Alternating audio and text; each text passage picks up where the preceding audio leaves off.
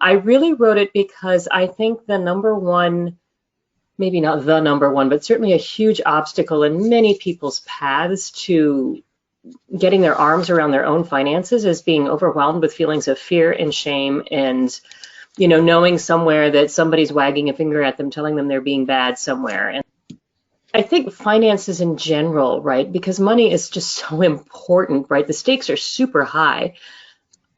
For I don't know what reasons, we don't teach this in school. Families are uncomfortable talking about money at home.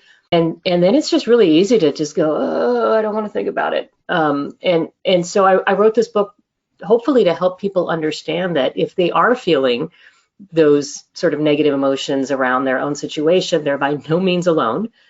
And that it's totally possible to start unpicking some of the obstacles that you may feel yourself and really get on a road to a better future.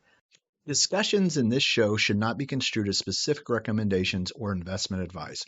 Always consult your investment professional before making important investment decisions.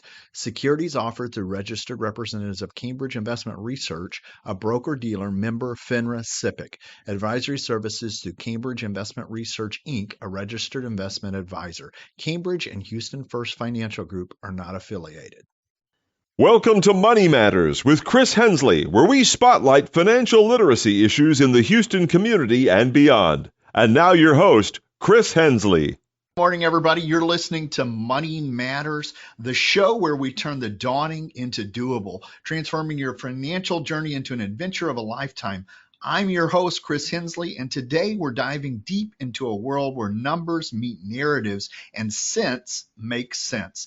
In this episode, we're thrilled to welcome Ann Lester, a trailblazer in retirement solutions and the author of the groundbreaking book, Your Best Financial Life. Ann's journey from financial hurdles to becoming a maestro of money management is nothing short of inspiring. We're exploring everything from the unique financial landscapes of millennials and Gen Z to the magic of compound returns. We'll debunk common savings myths and offer practical tips for balanced saving for retirement with immediate financial obligations. Ann, thank you so much for joining us on the show today. Well, thank you so much for having me. Absolutely. Tried a new intro this time. Ooh, that's a lot to say at once. That was great. I was like, damn, maestro. I like that. I switched it up just a little bit, but we're going to give that a try here. So I'd like to dive right into it here. The book, and you've got a picture of it in the background there. It's called Your Best Financial Life. Tell us and tell the listener, why did you write this book? So I kind of wrote it for myself. Like, it's the book I wished I'd had when I was 20 something years old. I've got two sons who are 24 and 26 right now. And, they both told me they learned stuff from it, which I thought was a home run because they've listened to me talk about this stuff their whole lives. Right. So that was great. I really wrote it because I think the number one, maybe not the number one, but certainly a huge obstacle in many people's paths to getting their arms around their own finances is being overwhelmed with feelings of fear and shame and, knowing somewhere that somebody's wagging a finger at them, telling them they're being bad somewhere. And that certainly was a huge part of my narrative. And that really seems to resonate when I talk to people. And I think finances in general, right? Because money is just so important, right? The stakes are super high. For I don't know what reasons, we don't teach this in school. Families are uncomfortable talking about money at home. It tends to be a topic that most people don't like to think about. And so there are a whole bunch of reasons why people probably aren't armed with the sort of information and skill that they need to navigate this well by themselves. And then it's just really easy to just go, oh, I don't want to think about it. And so I wrote this book hopefully to help people understand that if they are feeling those sort of negative emotions around their own situation, they're by no means alone. And that it's totally possible to start unpicking some of the obstacles that you may feel yourself and really get on a road to a better future. I love it. I love it. And I know in getting prepared for the show, I looked at your YouTube channel, and you've got a really nice YouTube channel there. And that was something that was really apparent. You started with the idea of people being overwhelmed with fear and shame. And really your YouTube channel is kind of welcoming. It lets people in, and it's kind of, that's how I felt when I looked at it there. In the book itself, you share some of your personal experiences, and they really shape the book. Can you tell us how your personal experiences played into writing the book? Well, if you read the book, I start with just this horror story of me in just floods of tears finishing up something that sounds amazingly prestigious, which is a Fulbright scholarship in Tokyo, and literally not being able to pay to get my bags on the airplane to go to Milan, where I was going to start this new life, and ended up marrying this boy I met in grad school. And I didn't have maxed out my credit card, and I didn't have the money to pay for the bags. And the gate agent just finally said, "Yeah, just whatever, go. Like, I don't need this lady crying in my baggage check area." And I was 26, and in my defense, in hindsight, I really was, like living a very frugal and poverty-stricken life. But still, like I had no clue that I had to budget for stuff like that. Like, what? They were going to charge me money for my suitcases? Um, and in the US, you were allowed 2 free check bags, and in the rest of the world, you were only allowed 1 free check bag. I didn't know that, right? So I just had no idea. And they're just story after story after story about my own sort of combination of naivete, and my parents never taught me any budgeting growing up. They were very frugal, and they just figured we'd like, well, of course you're frugal. That's just the way people are. And so I didn't get taught these lessons at home. I certainly wasn't warned about the dangers of credit and how that worked, because my parents didn't have credit cards. Like, you just didn't back then. So a lot of this, and then I was always interested in money kind of intellectually, maybe because I never had any. And so I ended up in this job where I was, managing other people's money, and certainly began learning some of the principles of investing and how to think about taking risk and make sure you're getting paid for the risk that you're taking. So I just loved all that. But it wasn't until I was asked to help build JP Morgan's target date funds, which was something I launched back in 2003, 2004, that I started learning about behavioral economics and the brain science behind why it's hard to save. And what I really want to do in this book is help people understand that it's okay, no matter where you feel you are, we can make it better for sure. And especially if you're 20s and 30s, you will be able to totally make it okay. You've got time to fix whatever's going on in your life financially. And I learned so much in building sort of the retirement solutions that I built, that I just want to try to share some of that understanding so that people can understand the why behind why it's sometimes hard to save, because that was what broke it all open for me. It's like, oh, I'm not stupid. I'm not lazy. I'm not an idiot. I just spend money because that's what my brain does. Okay, well, let me figure out some rules for myself to stop me from doing that. I love that. I think when it comes to financial literacy, one of the things you mentioned right away was that, your parents never taught you how to budget. We got out into the world with no clue. And this, I think, for the next generation, or these millennials or Gen Z, that some of this stuff it's going to still be there for them, right? Talk to us about, because I know in the book you go into the unique financial challenges faced by millennials and Gen Z. Could you elaborate on what sets these challenges apart from those faced by previous generations? Yeah, I think economic growth is a little slower, right? So I think just wealth is growing less quickly. That's eventually going to have an impact on how quickly people's salaries grow and stuff. So that's just a little bit, like, I think there's just it and that could all change tomorrow, right? There could be some, AI is the new thing, right? Huge revolution in growth, and like it could all be better. But for now, I think it's probable that we'd be growing a little slower than like the economy did when I was in my 20s. Although it wasn't all roses then either. But I think a couple things have changed. One is the average price of a house and the average price of a car and the average price of an education have all gotten a lot higher compared to average wages. So a lot of other things cost a lot less money, and we always forget that, right? Clothes are a lot cheaper, electronics are a lot less are a lot cheaper. Computers, my goodness, like we have these things, right, that have way more computing power than the mainframe computer did at my college, probably when I was going to college as a freshman. So we lose sight of where we're gaining a lot, but certainly houses and cars are huge spending categories.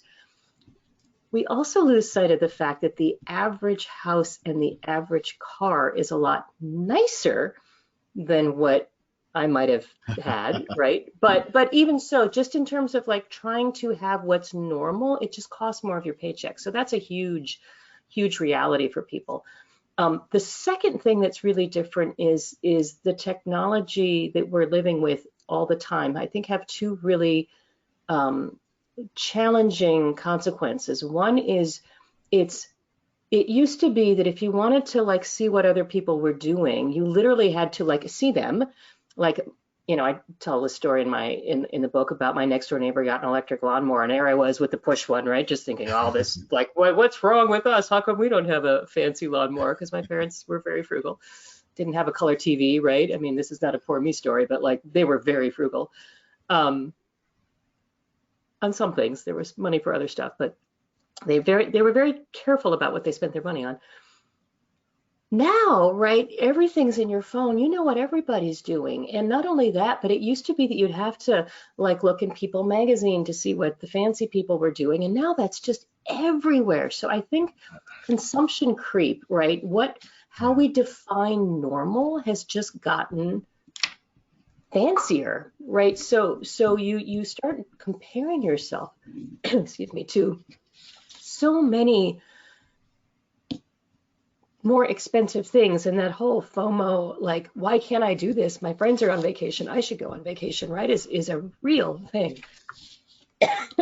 So I'm going to piggyback on that because that's huge. The idea of this consumption creep, or just everything getting fancier, the fear of missing out. I mean, I know with social media, people are being kind of hit in the face with what people are thinking it should look like. And then I chuckled when you said, how fast things are moving. I was thinking of my first car that I had to open the trunk with a screwdriver, paid $800 off of a used car lot for it. Different day and age now, I think for sure. Let's pivot and talk about, because one of the things that's important, it doesn't matter what generation it is saving. And you talk about in the book about saving early. Can you explain the concept of compound returns and the significance for young savers of saving early? So I talk in the book about the magic of compound returns, and it is magic because when you leave your money to grow, not only does the initial amount of money that you save grow, but every year what you get grows too. So there's that fable about somebody asking for something from, I forget the whole story, but basically they ask for 1 grain of rice on a checkerboard square and they want it to double. And the king says, oh, that's ridiculous. You should ask for more. And he's like, oh, let me tell you how much I'm going to have at the end, right? And it wouldn't fit in the palace, right? So just on a checkerboard, right, that exponential growth is very powerful. So it's not quite that powerful if you're investing, but if you are just earning 7% a year, which I think is maybe a little high, but not unreasonable to expect from if you're in your 20s and 30s and investing in a fairly sort of aggressive, which is I think very appropriate portfolio for that age, your money will double every 10 years. So whatever you save in your 20s is going to be worth twice as much in your 30s, and it'll be worth 4 times in your 40s and 8 times in your 50s and 16 times in your, so just think about that. Oh, I can only save $100 a month, right? Well, that's, $1,200 a year. That's going to be doubling every decade. Just imagine if you can also, as you get raises, put a little more away, in no time, you will be on your way to saving, multiple millions of dollars by the time you're in your 60s, and it won't feel super hard because there are 2 tricks. One is letting that money just grow and double. The second one is every time you get a raise, save some of it. So instead of having consumption creep, eat up your entire raise, right? Let it eat up half of it. And that other half you put into savings, and you don't even almost notice that you're doing it, right? It's very, very powerful.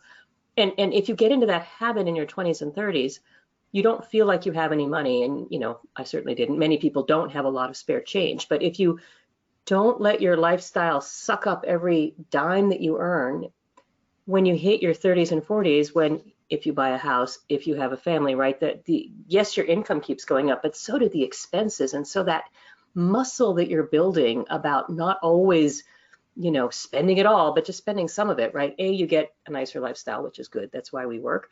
But B, you also set yourself on a path that for the long term is really going to be amazing. This is powerful. I love what you're saying here, and you're sharing with us some tricks here. You told the listeners that there's two tricks. There's one, let it just grow, but two, every time you get a raise, save some of it, put it aside, and that's that magic of compound return that you talked about. We use kind of a 7% as just kind of a guess number. I know when I'm wearing my financial advisor hat, they don't let us go above that, so that's good. No. Sometimes the market will do a lot better than that, but sometimes it won't, right? And over time, Right. I think that's a very reasonable number, especially when you think about adding in some inflation. Absolutely. Absolutely. You also talk about in the book financial misconceptions. What are some common misconceptions about savings and investing that you've encountered, and how do you address these in the book? So I think the number one misconception about saving is that it's hard and I can't do it, right? I mean, I just think that it may not be possible today to save money, especially if you're, in your early 20s, you're just starting out. But it will be possible tomorrow to save money. And so the promise you need to make yourself is, again, the next time you get some more money, save it, save half of it. And that will transform everything.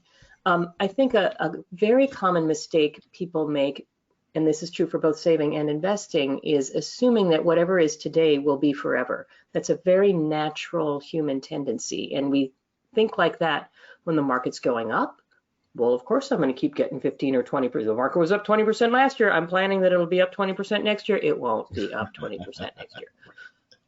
Probably will be lower. Maybe it'll be higher. I don't know, but it's not going to be up 20%. I can promise you that. So that straight lining of my circumstances, right? My straight lining of the purse pinching I feel right now, the straight lining of it's all great and I have plenty of spare cash, right? All of these things that we assume are forever just aren't. And so I think as savers, it lets you either overspend or undersave because you just assume my reality will stay.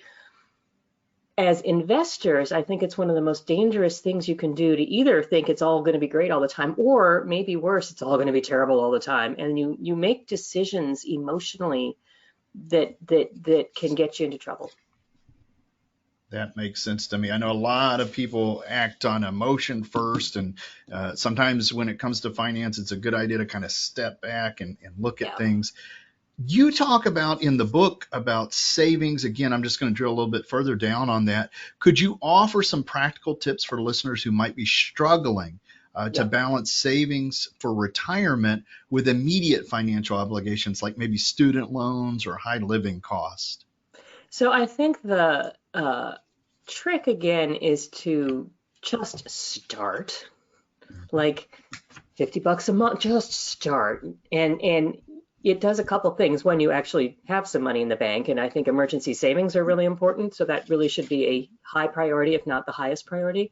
Second is, especially if you work for a company that offers a 401k or a 403b plan, which is, your employer offers a retirement savings program.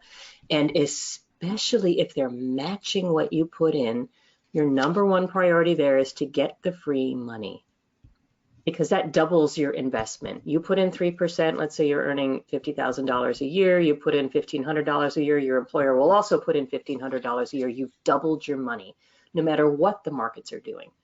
That's like the most powerful thing ever.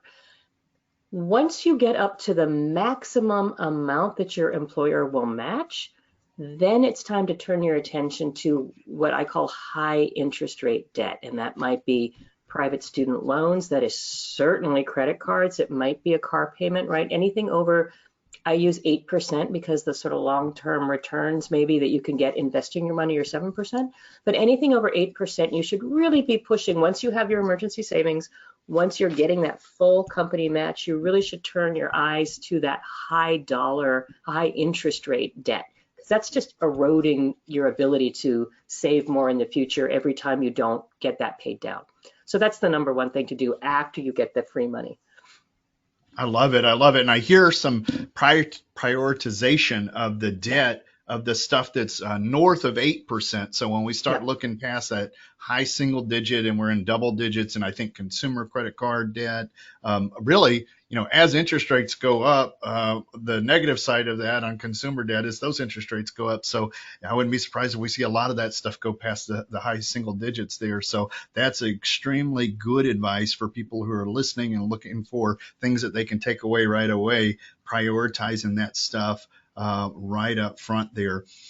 Let's talk about financial planning for major life events. What advice do you have for planning and saving for major life events, such as maybe buying a house or even funding a kid's education? So again, I would say if you're not already at least getting all the free money, and possibly also, well, I would say different people have different priorities, but getting close to what I would describe as the amount you need to be saving to stay on track to retire at the age you want to retire. I've got a very high level chart in my book on that. I think there are many, many, many great online calculators that I do not yet have links to on my website, but they're great sort of planners that'll let you kind of plug in how much you're saving when you want to retire and let you know how much more you could be or should be saving to get there. I would say until you're well on your way to getting to that percentage of your salary, which for most people is usually between 10 and 15% of their salary, you really should be focusing on paying down debt. But, some people slightly adjust those priorities. I think houses, weddings, children are interesting, right? I think I'm personally a big proponent in making sure that the way you're spending your money is really aligned with your values. So for a wedding, for instance, think carefully about what's the most important thing to you about the wedding. Is it, the number of people you can have? Is it the kind of party you can have? Is it the location of your wedding? Is it, and really make sure that you're lining up your budget with where you care, because if you don't actually care very much, you really don't need to do whatever the wedding planner suggests or the venue suggests or what everybody else does. Like, you just don't have to do it. And, if you think about those values, it's easier to make decisions. The trick I'll tell you that helps me the most when I'm thinking about saving for short-term goals is to think about what that costs in a small chunk. So let's say you're going to have my son's just gotten engaged, so these are real conversations we're having. And let's say the caterer says it's going to be $85 a plate, right? Okay, so every guest I have is $85. So if I'm thinking about buying a new pair of shoes for, $300, whoop, that's 3 people. How do I feel about that? Let me think about that. Do I really need those new shoes, or do I really want to have 3 more people at my wedding, right? So that's a really great way in the moment when you're trying to make decisions. Do I want to save for this goal? A house down payment is maybe a bit bigger, but even so, you can try to chunk it up into units so that you can think, whoa, that's a year off. That means I'll have my down payment a year faster if I don't buy that, right? If I can, so it helps to translate that back to a value that you have, right? Something you're trying to do. And I think in the moment, it can make making decisions a lot easier.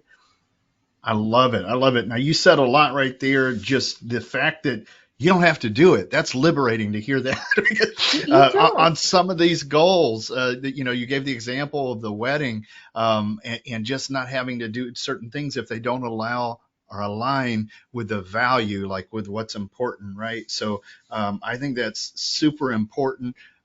We are 3 minutes away to the end of the show. This is moving so quick, right? We could sit here and talk all day on this, but we don't have the time to do that. So I definitely want to get this one in, though.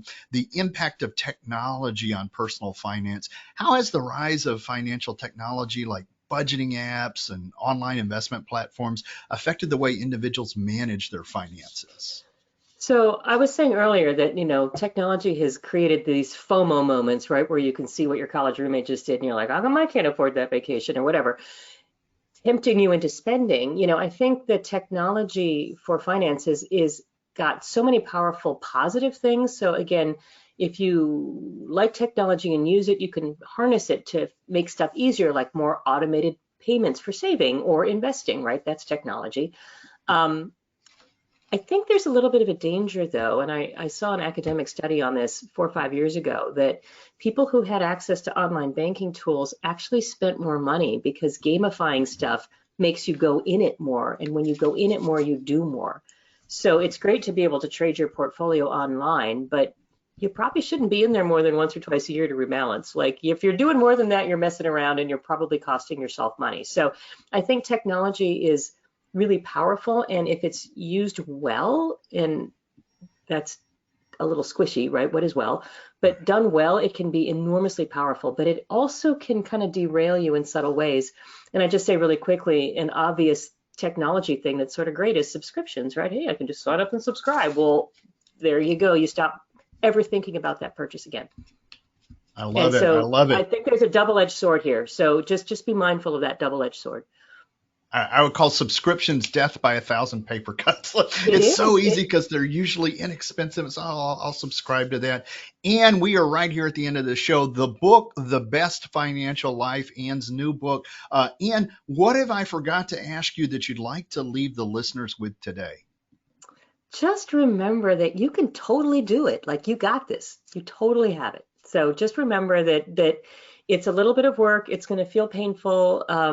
Sometimes it's not fun, but the payoff is enormous. You will sleep better. You will have a better life. You will find so many more choices available to you if you can start chipping away at some of the fear that you have around money. I love it. And Anne, earlier before we started recording, you shared with me that for listeners who want to find more information out, they can go directly to your website, which is www.annelester.com. Is that correct? That is absolutely right. It's Anne with an E. So that would be fabulous. Perfect. Lots more to learn there. Perfect. Well, thank you so much for dropping by. Have a good rest of the day there. Thank you so much.